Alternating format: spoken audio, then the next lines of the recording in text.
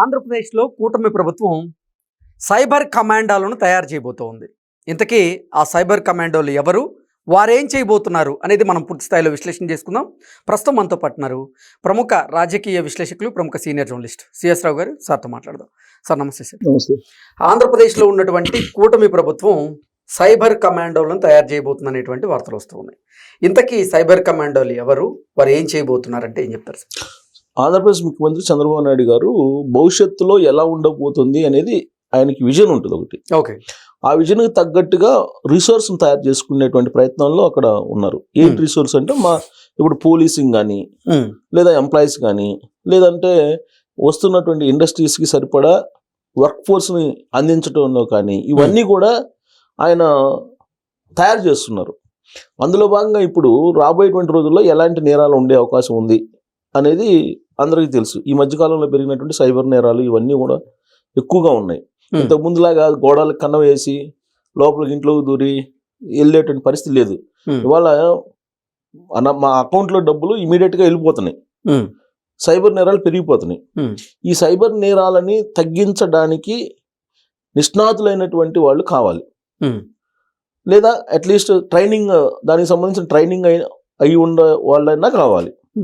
లేదంటే సాంప్రదాయ పోలీసు ఎవరైతే ఉన్నారో, సాంప్రదాయ పోలీసు ఈ సైబర్ నేరాలు చేస్తుంటే వాటిని ట్రేస్ అవుట్ చేయలేరు. వాళ్ళకి టెక్నాలజీ పరంగా నాలెడ్జ్ ఉండదు కాబట్టి. అందుకే ఇప్పుడు ఆయన వచ్చే తరాలకి, లేదంటే వచ్చే రోజుల్లో అవసరమైనటువంటి విధంగా ఇప్పుడు సెలెక్ట్ అయినటువంటి కానిస్టేబుల్స్, ఇప్పుడు ఈ కూటమి ప్రభుత్వం కానిస్టేబుల్స్ని దాదాపుగా 6,200 మందిని రిక్రూట్ చేశారు. వాళ్ళలో 5,500 మంది ఏమో ట్రైనింగ్కి వస్తున్నారు.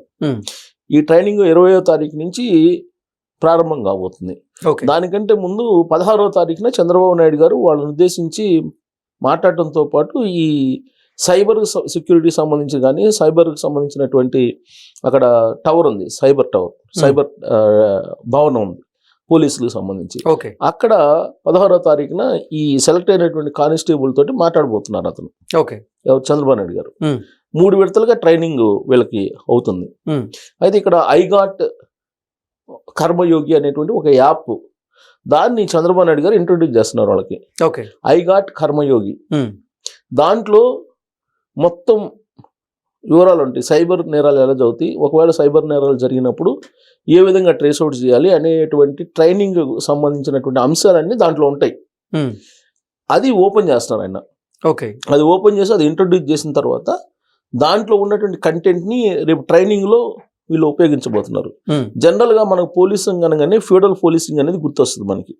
పోలీసులు ఎలా వ్యవహరిస్తారు, ఎంత రూడ్గా ఉంటారు. అందరు కాకపోయినా కొంతమంది, ఎక్కువ మంది, కొంతమంది కాదు ఎక్కువ మంది పోలీస్ డిపార్ట్మెంట్ అనగానే రూడ్గా వ్యవహరించేటువంటి వాళ్ళు ఉంటారు అనేది సాధారణంగా ఉండేటువంటి ఒక అభిప్రాయం.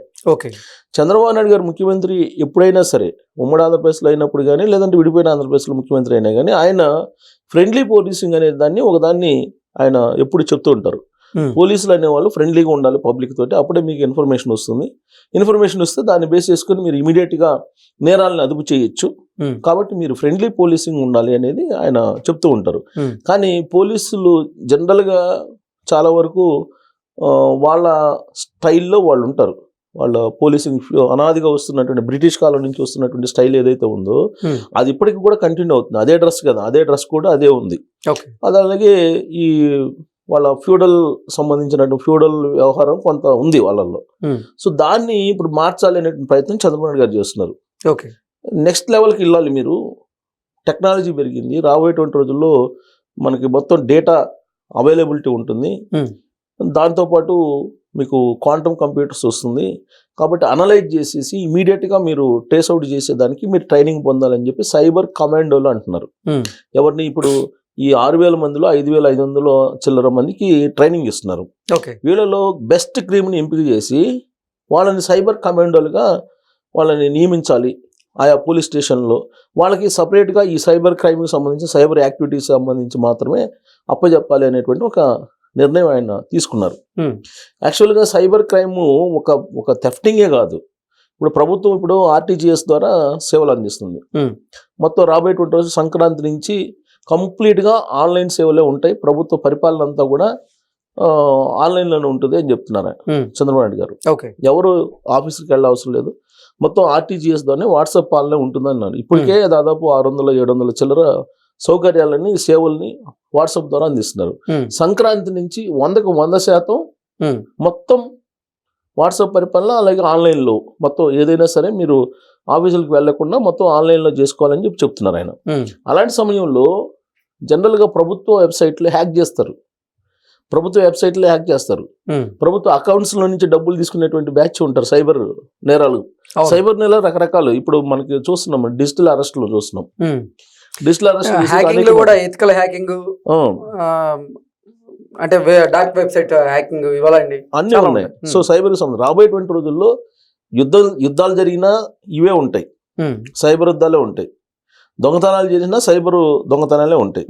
కాబట్టి రాబోయేటువంటి రోజుల్లో ఇవే ఉంటాయి. కాబట్టి సైబర్ కమాండోలు ఇప్పుడు సెలెక్ట్ అయినటువంటి కానిస్టేబుల్స్ని కొంతమందిని దాంట్లో టెక్నాలజీలో ఏదైతే ఐగాట్ కర్మయోగం ఉందో దాని ద్వారా ట్రైనింగ్ అయిన తర్వాత వాళ్ళ యొక్క పర్ఫార్మెన్స్ని బట్టి కొంతమందిని సైబర్ కమాండోలను తయారు చేసి రాష్ట్రం మొత్తం కూడా ఈ సైబర్ కమాండోల్ని అప్పచెప్పాలి. సైబర్ కమాండోలకి ఈ సపరేట్గా ప్రతి స్టేషన్లో సివిల్ క్రిమినల్ అనేది ఉంటుంది కదా, కేసులు సివిల్ కేసులు కొంతమంది తీసుకుంటారు, క్రిమినల్ కేసులు కొంతమంది తీసుకుంటారు.